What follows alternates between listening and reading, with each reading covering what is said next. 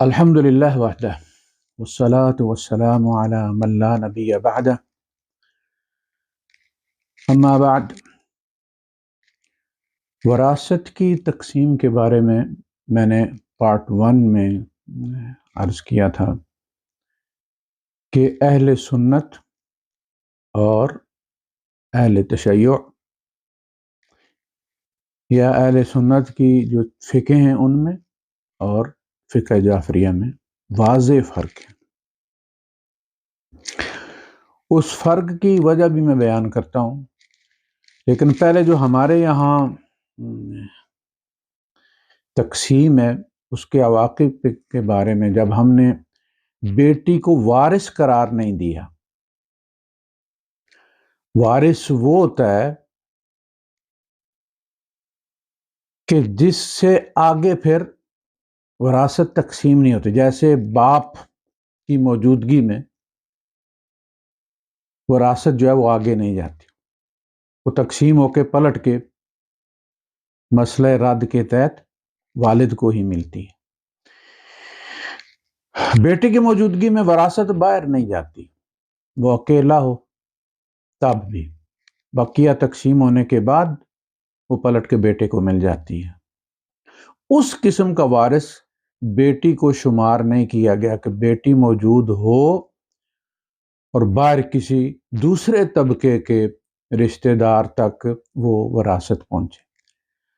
جب بیٹی کو ہم نے پہلے طبقے کا وارث قرار نہیں دیا تو اس کا پھر نتیجہ یہ ہوا کہ بیٹے کی تلاش میں لوگ در در دھکے کھاتے پھرتے ہیں، درگاہوں پہ سجدے کرتے ہیں، خاک چاٹتے ہیں، 3 4 شادیاں کرتے ہیں کہ کہیں سے بیٹا مل جائے، وارث مل جائے، اور ہر طریقہ آزماتے ہیں اور بچیوں کو احساس کمتری میں مبتلا کر دیتے ہیں کہ تم میری وارث نہیں ہو، بیٹی ہو، بڑی عزیز ہو، پیاری ہو، پڑھاؤں گا فلاں گا، لیکن تم بیٹے کے مقابلے میں نہیں ہو، اس لیے کہ بیٹا میرا وارث ہے، مجھے وارث چاہیے۔ لہذا جو بھی قباحتیں اس کے ساتھ جڑی ہوئی ہیں میں ذکر نہیں کرتا، آپ بھی اسی معاشرے میں رہتے ہیں اور آپ کو بھی پتہ ہے کہ یہ بیٹا لینے کے لیے کیا تگ و دو ہوتی ہے، جائز ناجائز ہر طریقہ اختیار کیا جاتا ہے۔ لیکن شیعہ کے یہاں اکیلی بیٹی بھی ہو تو وہ وارث ہے، ساری جائیداد اسے ملے گی، وہ بیٹے کی طرح ہی 100% وارث ہے۔ پہلے طبقے کی موجودگی میں دوسرے طبقے میں ان میں سے کوئی ایک بھی زندہ ہے تو وراثت آگے دوسرے طبقے میں نہیں جائے۔ شیعہ کے یہاں 3 طبقات میں تقسیم ہوتی۔ اچھا، اس کی دوسری وجہ جو ہمارے یہاں، بلکہ پہلی وجہ جو اختلاف کی وجہ ہے وہ یہ ہے، جو بنیاد ہے، کہ اہل سنت یہ سمجھتے ہیں کہ قرآن نے زمانہ جاہلیت کی تقسیم وراثت کو رد نہیں کیا، بس اس میں تھوڑی سی چینجز کر دی ہیں۔ جیسے آپ جاتے ہیں نا بڑے شاپنگ مالز میں، کوئی برانڈڈ چیز آپ لیتے ہیں تو وہ پھر کھڑے کھڑے آپ کا ناپ لیتے ہیں اور اندر انہوں نے بندہ رکھا ہوا ہوتا ہے اس کو درست کرنے والا، اور وہ پھر دوبارہ آپ کو ری سائز کر دیتا ہے اور آپ کے سائز کی بنا کے دے دیتے ہیں وہ لوگ۔ بالکل اسی طرح یعنی اسلام نے وہی تقسیم وراثت جو زمانہ جاہلیت کی تھی وہ امت کے گلے میں ڈال دی، بس اس میں تھوڑی سی چینجز کر دی۔ یہ اہل سنت کی بنیاد ہے تقسیم وراثت۔ فقہ جعفریہ میں قرآن نے، یعنی وہ کہتے ہیں رد نہیں کیا، اہل سنت کہتے ہیں رد نہیں کیا، بس تھوڑی سی درستگی کر دی ہے۔ وہ کہتے ہیں اہل تشیع جو ہیں فقہ جعفریہ، وہ کہتے ہیں کہ قرآن نے زمانہ جاہلیت کی تقسیم کو رد کر دیا ہے، اب جو بھی آپ نے تقسیم کرنی ہے وہ قرآن کے مطابق کرنی ہے، زمانہ جاہلیت کو مثال نہیں بنانا۔ ہمارے یہاں روایت میں سعد ابن ربیع رضی اللہ تعالیٰ عنہ شہید ہو گئے غزوہ احد میں، تو ان کے بھائی نے قبضہ کر لیا زمانہ جاہلیت کے رواج کے مطابق ساری جائیداد پر۔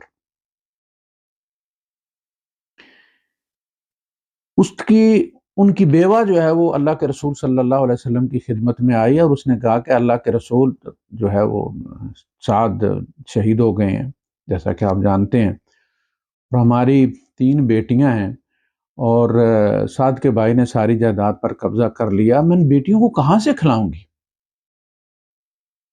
کیا کروں گی میں ان کا؟ تو آپ صلی اللہ علیہ وسلم نے سعد ابن ربیع کے بھائی کو بلایا اور اس سے کہا کہ تم 2 تعین بچیوں کو دے دو اور باقی تم رکھ لو۔ یہاں سے چچا کو جائیداد تقسیم کرنے کا حکم لیتے ہیں اہل سنت والجماعت،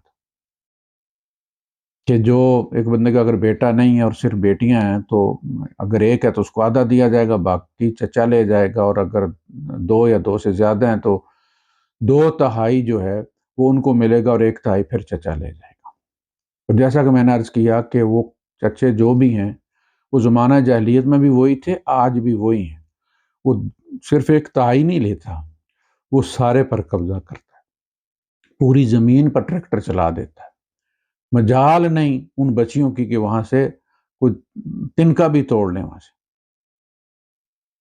وہ علاج کے لیے ان بچیوں کو اپنی جائیداد بیچ کر علاج کروانے کی، ایون کہ بیوہ کو بھی بیچ کر علاج کروانے کی یا کھانے کی جائیداد کو اجازت نہیں دیتا، انہیں پتہ ہے یہ مر جائیں گے تو پھر ہم نے قبضہ کرنا ہے۔ یہ بنیاد ہے ان کی۔ اچھا، اس کی حقیقت یہ ہے کہ یہ واقعہ غزوہ احد کا ہے جس میں چچا کو جائیداد دی گئی ہے۔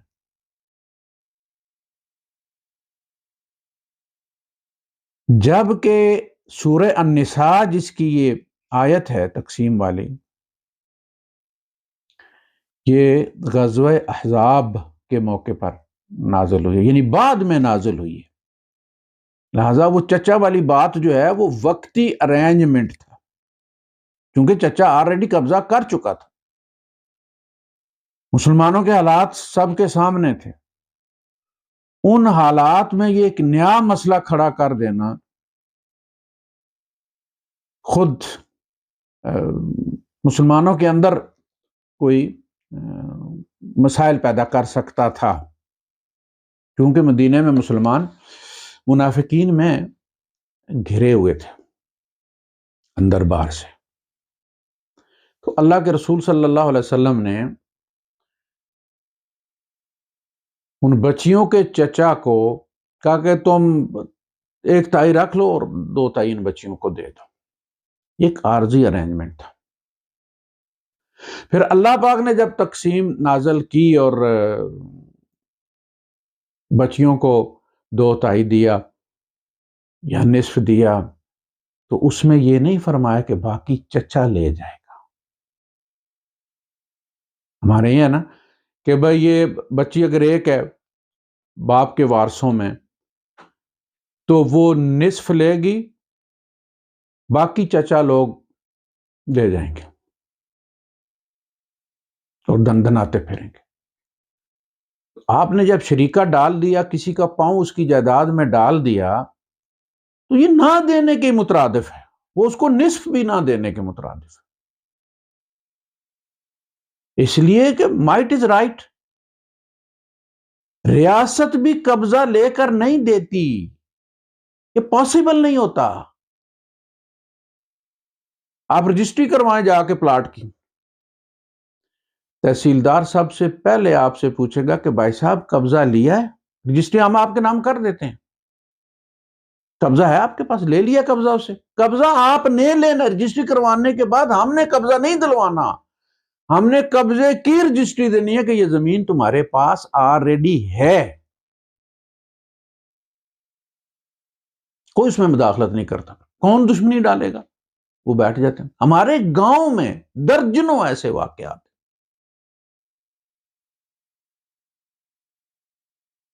تو پہلے تو یہ بات کہ جب اللہ پاک نے پھر نازل کیا یہ قانون سورہ غزوہ احزاب میں، تو پھر اللہ پاک نے یہ نہیں کہا کہ ایک بیٹی ہے تو وہ نصف لے لے باقی چچا لے لے. اللہ بھول گیا. وما کان ربک نسیہ. اللہ نے یہ نہیں کہا کہ وہ سولوسان 2 بیٹیاں لے لیں اور باقی چچا لے جائے. ان ربی لا یضل ولا ینسا. میرا رب نہ بھولتا ہے نہ چوکتا ہے. اس لیے کہ جب تقسیم پہلے طبقے میں ہونی ہے تو ایک اس کو حصہ بچی کو نصف ملے گا بطور وارث، باقی کا اس میت کے رشتہ داروں میں تقسیم ہونا ہے تو اس میت کا سب سے قریبی رشتہ دار جو ہے وہ بیٹی ہے. وہ قریبی رشتہ دار کی نسبت سے باقی نصف بھی وہ لے گی، جس طرح بیٹا لیتا ہے، جس طرح باپ لیتا ہے.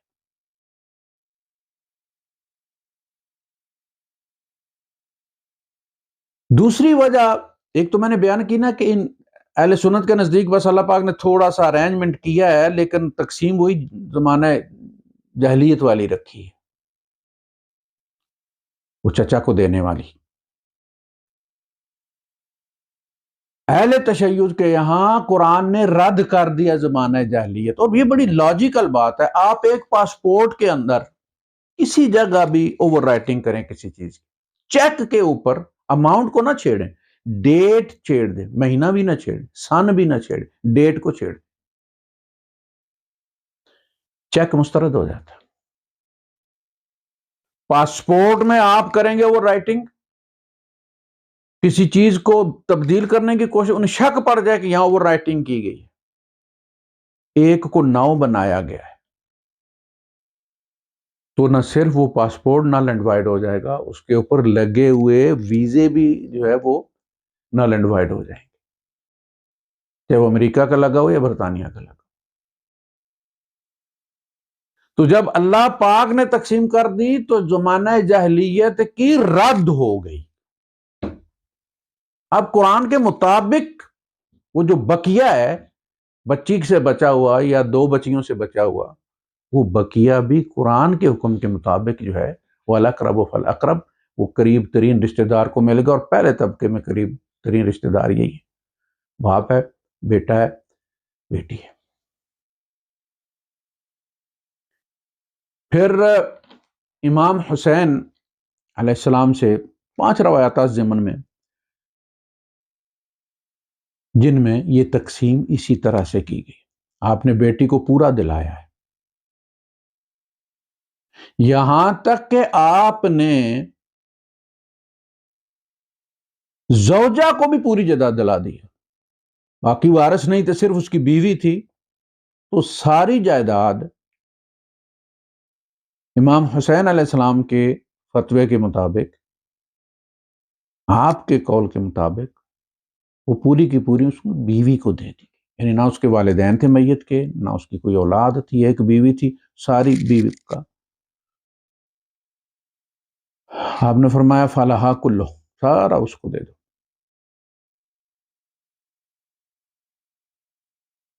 تو دوسری جو وجہ بنی ہمارے یہاں وہ یہ بنی ہے کہ امام حسین علیہ السلام شہید ہوئے ہیں کم و بیش 60 سال کی عمر میں، 4 ہجری کی آپ کی پیدائش ہے،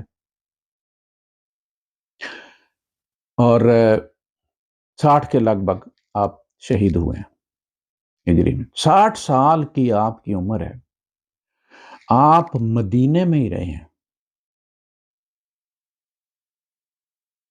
آپ نے کوئی روایت ان سے سنی؟ ٹھیک ہے نبی کریم صلی اللہ علیہ وسلم کے زمانے میں وہ بچے تھے، لیکن کیا وہ اپنے والد کے ساتھ نہیں رہے؟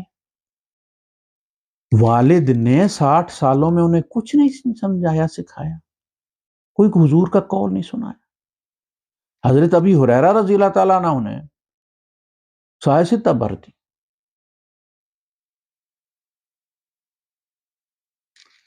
اور حضرت علی رضی اللہ تعالیٰ نے اولاد کو کوئی تعلیم نہیں دی. وہ 60 سال کیا کرتے رہے؟ کوئی بزنس کرتے تھے، قافلے لے کے جاتے تھے. ان نبی کے جو خاندان والے تھے ان کا تو مشن ہی تعلیم تھا.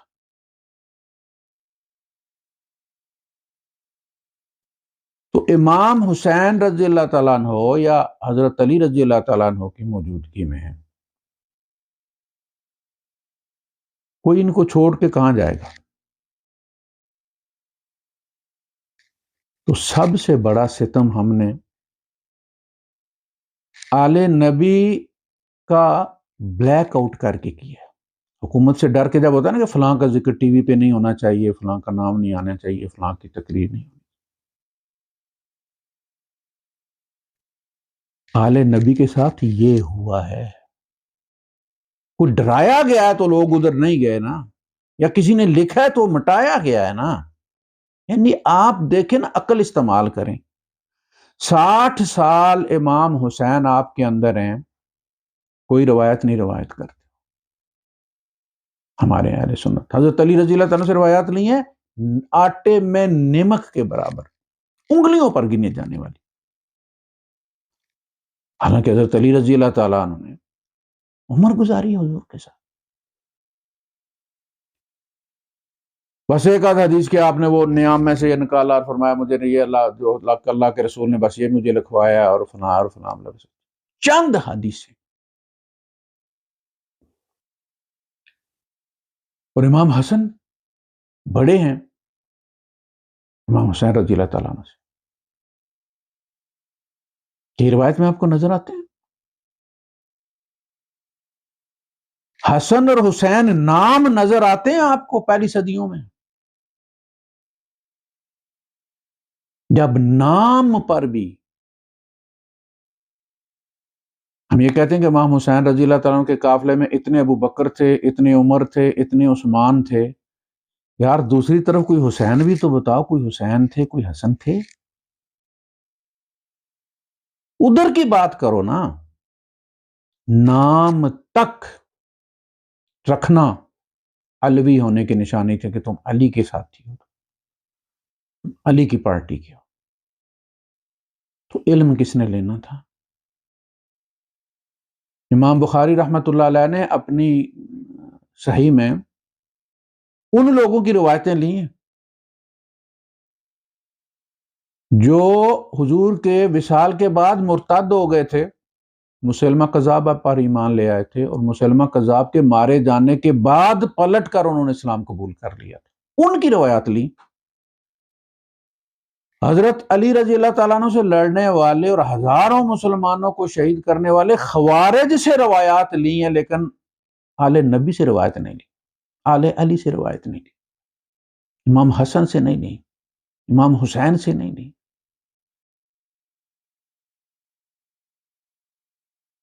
یہ ہے ہمارا اصل مسئلہ. ہمیں جو ملا ہے نا، وہ درزی کپڑے بناتا ہے نا، تو اس میں سے جو بننا ہوتا ہے وہ کپڑا بن جاتا ہے، لیکن باقی تھوڑے بہت ٹوٹے بچ جاتے ہیں، اس کو جن کو پٹولے کہتے ہیں. کترنے متاع قرآن اس کو کہتا ہے. یہ دنیا کی زندگی آخرت کے پٹولے ہیں، اصل وہی آخرت ہے. تو جناب علی ہمارے پاس علم کے پٹولے ہیں. اصلی علم لوگ باتیں کرتے ہیں چونکہ تو بیچاروں کا قصور بھی نہیں ہے، اسی طرح سے ان کی برین واشنگ ہوئی ہے. آپ غیر جانبدار ہو کر ذرا دوسری طرف کا علم بھی پڑھیے. اردو کو چھوڑ دیجئے، عربی میں پڑھ لیجئے.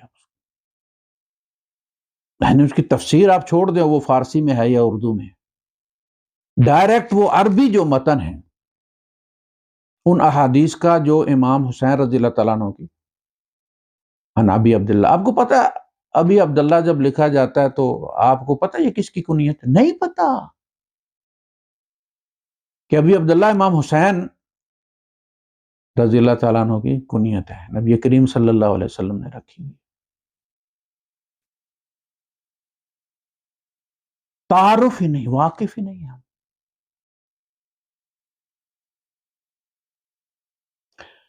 لہذا مسئلہ یہی ہے سارا، جو دو بیٹیاں ہیں یا دو سے زیادہ ہیں، 2 تہائی لیں گی، باقی 1 تہائی بھی مسئلہ رد کے تحت انہی قریبی رشتہ دار 2 بچیوں کو یا 3 بچیوں کو ملے گا۔ 1 بچی ہے تو اسے پہلا نصف ملے گا، فلاح نصف بطور وارث،